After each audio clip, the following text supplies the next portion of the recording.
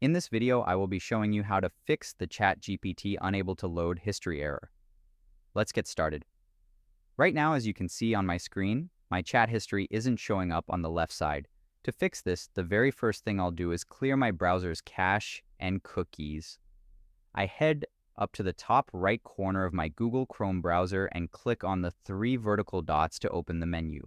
From here, I click on Delete Browsing Data. This opens up a new Settings tab and brings up a pop-up window.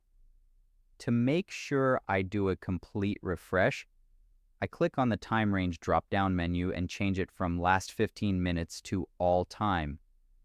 I verified that the boxes for browsing history, cookies, and other site data, and cached images and files are all checked. Then I simply click the blue Delete Data button at the bottom. Once the data is cleared, I close the Privacy Settings tab and go back to my main Chatgpt window. Sometimes browser extensions like VPNs can block Chatgpt from loading properly.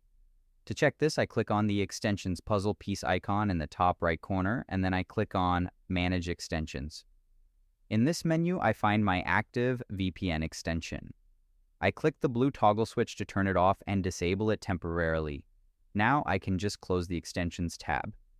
Another common reason for this error is a problem on OpenAI's end. To rule this out, I open a new tab and search for OpenAI status on Google. I click the search result for the official OpenAI status page. Once the page loads, I scroll down to the System Status section. I'm looking specifically at the Chatgpt row to see if there are any reported outages. Everything appears to be green with high uptime, which means the servers are working perfectly. I can safely close the Status tab. Now, to make sure everything works with a completely clean slate, I open a brand new incognito window. I type a quick search for Chatgpt on Google and click on the official link in the search results.